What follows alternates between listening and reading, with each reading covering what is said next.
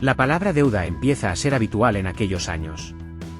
Desde mediados de los 60, el Madrid arrastra problemas de tesorería, pero la situación se va agravando en esta década. La deuda es superior a los 1.000 millones de pesetas, y en algunos casos se habla incluso de más. Esto explica la escasez de fichajes en las temporadas previas, y el acuerdo con Zanussi para intentar obtener ingresos extras. Precisamente de la mano de Zanussi, suena con fuerza un rumor. El presidente de la marca de electrodomésticos tiene un acuerdo con un intermediario brasileño para traer a Zico, la gran estrella brasileña del momento. Si la empresa italiana pone el dinero en busca de un mayor reclamo publicitario, para el Madrid sería un regalo caído del cielo. Pero hay que salvar un obstáculo que hará imposible el fichaje. El Madrid tiene ya cubiertas sus 2 plazas de extranjeros, y la federación no da su brazo a torcer. Stilique es insustituible, y en Method aún se confía, por lo que la operación no se acaba de concretar. Finalmente, Zico terminará ese verano en el Udinese, cuyo presidente es también el dueño de Zanussi, y se organiza un amistoso entre ambos clubes para su presentación.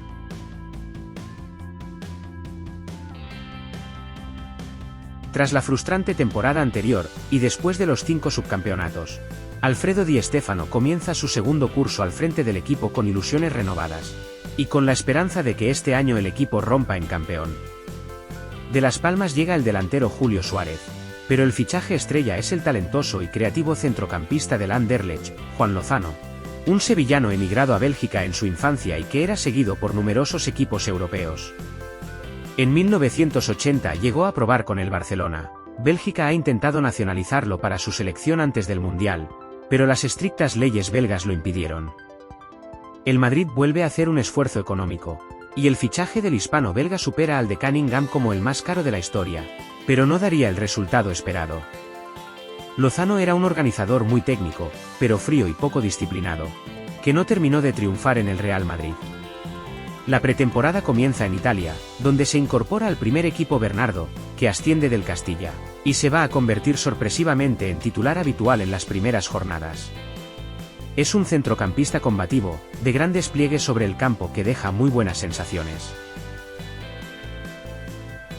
En el lateral derecho, el joven Chendo se hace poco a poco con el puesto, en detrimento de Juan José, y Stilique se asienta en la posición de líbero, mientras Johnny Method pasa a ocupar el banquillo, acusando cada vez más una desesperante lentitud que desata los silbidos del público. Por lo demás, la base del equipo es la misma del año pasado, con Miguel Ángel, Stilique, Camacho, Juanito y Santillana como estandartes.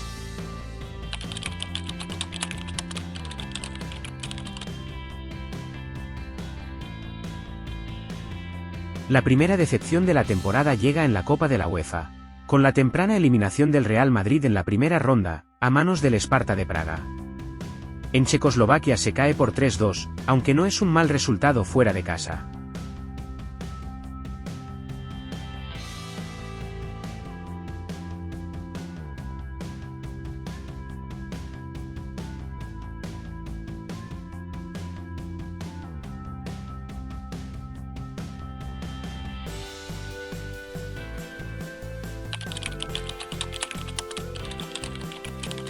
Pero en la vuelta, el 28 de septiembre en el Bernabéu, no se puede pasar del empate a 1, a pesar de adelantarse el Madrid con gol de Isidro. El comienzo en la Liga es bueno, a excepción de las derrotas en Málaga y Zaragoza. Se vence con solvencia a Betis, Real Sociedad, Cádiz y Salamanca.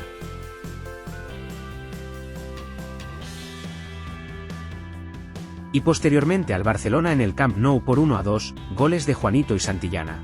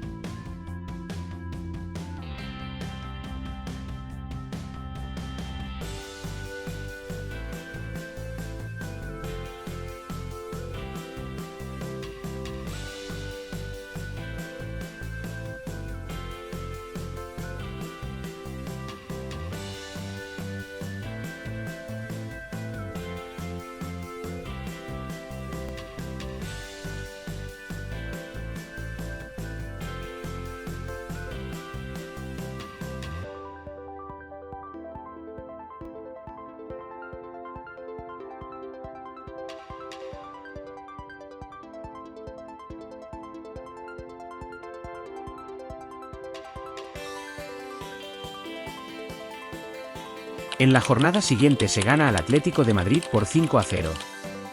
En este partido, correspondiente a la 9ª jornada, se va a lesionar de gravedad Lozano, que no reaparecerá hasta febrero. Mientras tanto, la noticia de la temporada es la trayectoria del Castilla, que marcha líder de la segunda división, con un destacado grupo de jugadores que llaman la atención de prensa y aficionados, y muchos empiezan a reclamar su presencia en el primer equipo.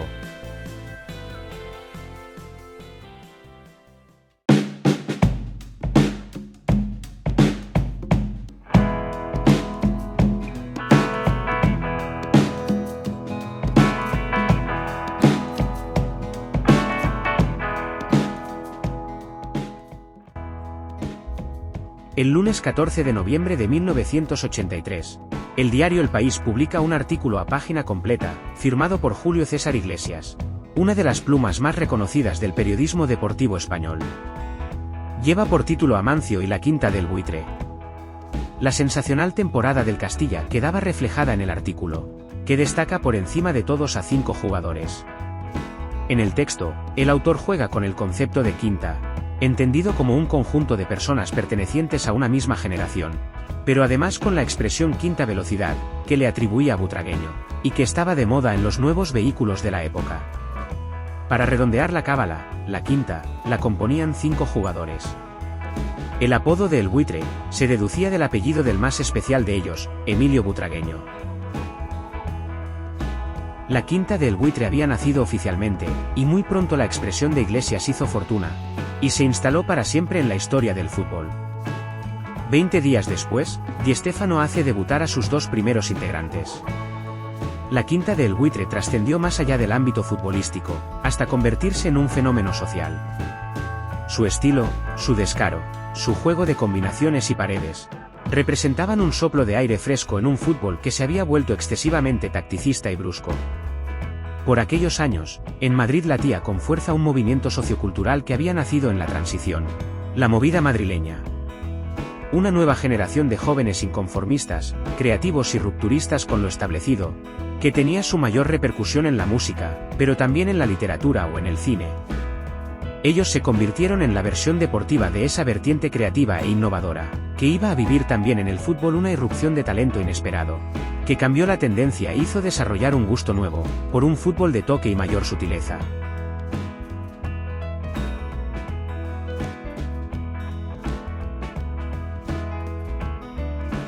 Butragueño tenía un halo especial. Una manera diferente de interpretar el fútbol, de utilizar la pausa, de frenar repentinamente una jugada, y recuperar una y otra vez la iniciativa ante el defensa. En el Castilla de aquella temporada se destapó como goleador, pero en realidad nunca lo fue. Era más un mediapunta, un generador de espacios, de desmarques y de regates. Una curiosidad muy poco conocida es que ninguno de los miembros de la quinta mantuvo el dorsal que utilizaban en el Castilla cuando se afianzaron en el primer equipo. Butragueño llevaba el 9, pero en el Madrid se hizo eterno con el 7.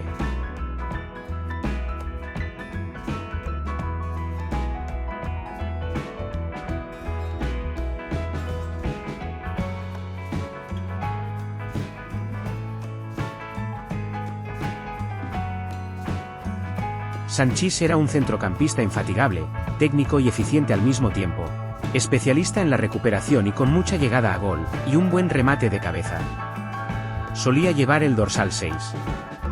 Después de su segunda temporada en el Madrid, tras la marcha de Stilique, Molouni le reubicó como defensa central, siempre con el número 5, para procurar una mejor salida del juego desde atrás, defendiendo con inteligencia y anticipación. Y de allí ya no se movió nunca. 18 temporadas en el Real Madrid.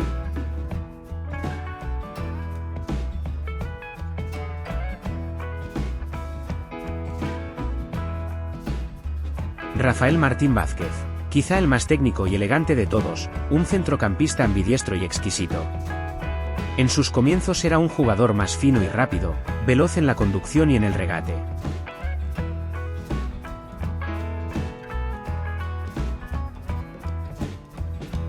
Años después era más creativo, pausado y con un buen desplazamiento en largo.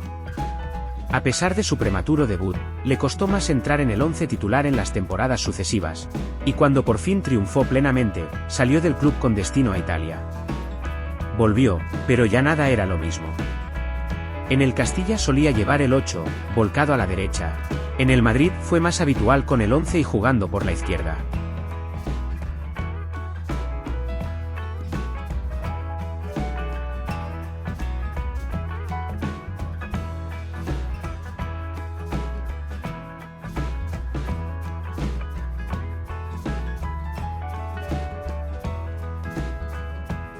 El único al que Di Stéfano no quiso ascender al primer equipo fue a Michel, sin que nadie supiera nunca realmente por qué.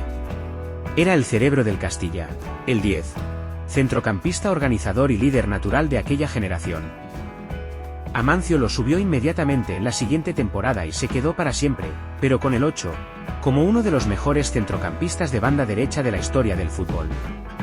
El caudal de juego y de peligro de gol que generaba por su banda, y la precisión de sus pases al área, han sido muy pocas veces igualadas.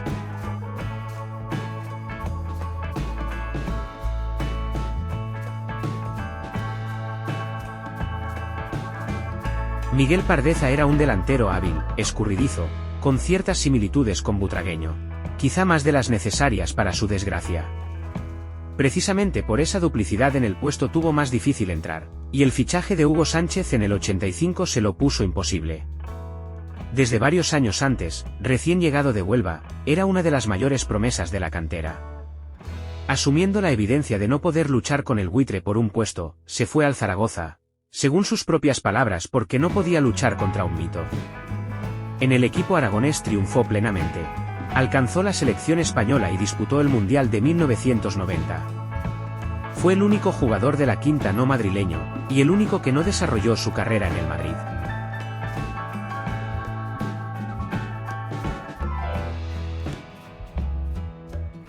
Aunque estos son los 5 de la fama que aparecían en el artículo de El País, con la perspectiva de los años parece justo hacerle un hueco a Chendo entre los miembros de la quinta del buitre. Esta publicación sale a la luz en diciembre de 1983, cuando aún no habían debutado Butragueño y Michel.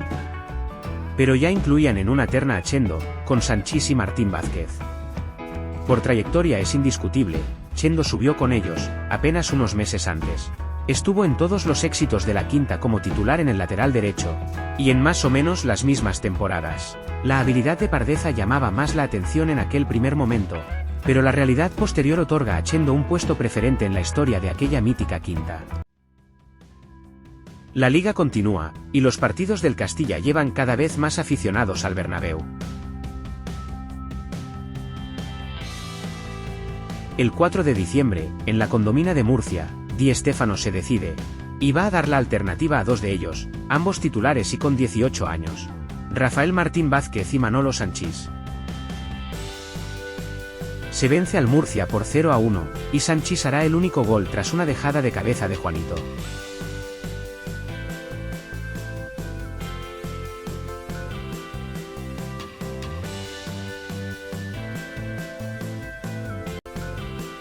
En la siguiente jornada, repite el mismo 11 frente al Sporting de Gijón. El 31 de diciembre es el turno de Pardeza, que debuta frente al Español.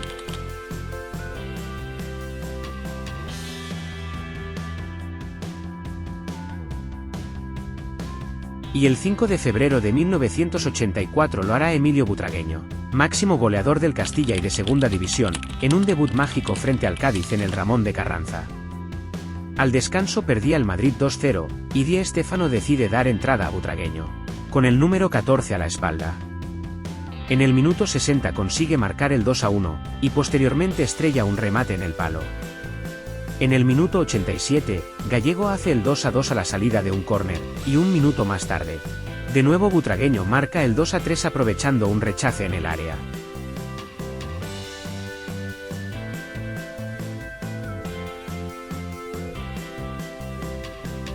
De ahí a final de temporada juega 8 partidos más como titular, como este en casa frente al Sevilla, en el que no se puede pasar del empate a 2.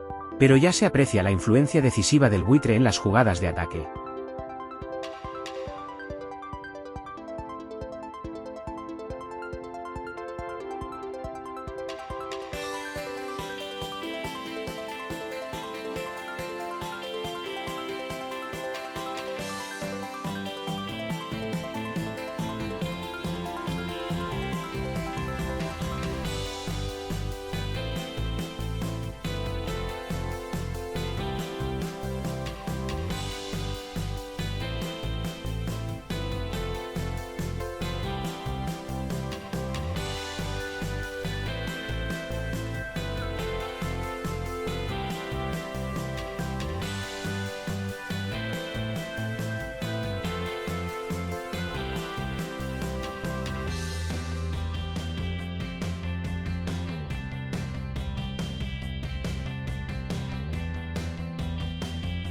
El Madrid pelea por la Liga hasta el final, pero en la última jornada, el Athletic de Bilbao revalida su título liguero al ganar a la Real Sociedad por 2-1.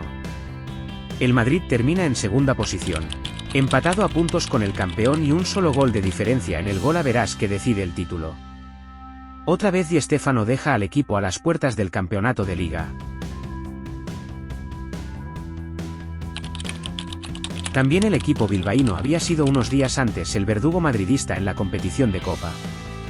Tras eliminar sucesivamente a Badajoz, Oviedo Sabadell, Barcelona Atlético y Deportivo de La Coruña, todos ellos de inferior categoría.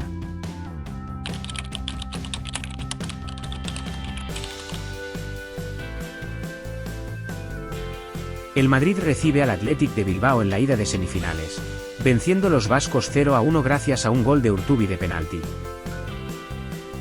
En San Mamés, obtiene el Madrid idéntico resultado, gol de Pineda, a pesar de jugar con un hombre menos por expulsión de San José desde el minuto 56. En la prórroga, los blancos aguantan como pueden el arreón local, pero la tanda de penaltis favorece a los bilbaínos que se clasifican para la final de Copa del Rey, que también ganarán al Barcelona en un polémico partido, tristemente recordado por los incidentes registrados al final, y la batalla campal desencadenada entre jugadores de ambos equipos. El que sí termina de manera triunfal la temporada es el Castilla, entrenado por Amancio, que obtiene brillantemente el título de campeón de Segunda División, siendo la única vez que un equipo filial ha conseguido tal hazaña. A pesar de las bajas producidas por las sucesivas incorporaciones al primer equipo de Sanchís Martín Vázquez y Butragueño, el Castilla sigue contando con su cerebro Michel y con el refuerzo de Cholo. Tampoco se supera la primera eliminatoria de la segunda edición de la Copa de la Liga, tras empatar 1-1 con el Atlético de Madrid, y derrota por 3-2 en el Vicente Calderón. En estos dos partidos debuta otro jugador del Castilla, el lateral izquierdo Martín González. El partido contra el Atlético de Madrid de Copa de la Liga es también el último partido como entrenador de Di Stéfano, que termina contrato el 30 de junio, y tras 2 temporadas sin títulos, su baja se da por hecho. Se rumorea con el holandés Ben Hacker como nuevo entrenador, pero finalmente se opta por la solución más lógica y Amancio Amaro, el triunfador del Castilla, es el elegido. Como colofón a la temporada se disputa la Eurocopa de Selecciones en Francia, a la que España se ha clasificado tras conseguir la proeza de marcar 12 goles a Malta, 4 de ellos de Santillana. La selección española obtiene un meritorio subcampeonato, tras perder la final frente a los anfitriones, con los madridistas Santillana, Camacho, Gallego y Butragueño en la convocatoria de Miguel Muñoz.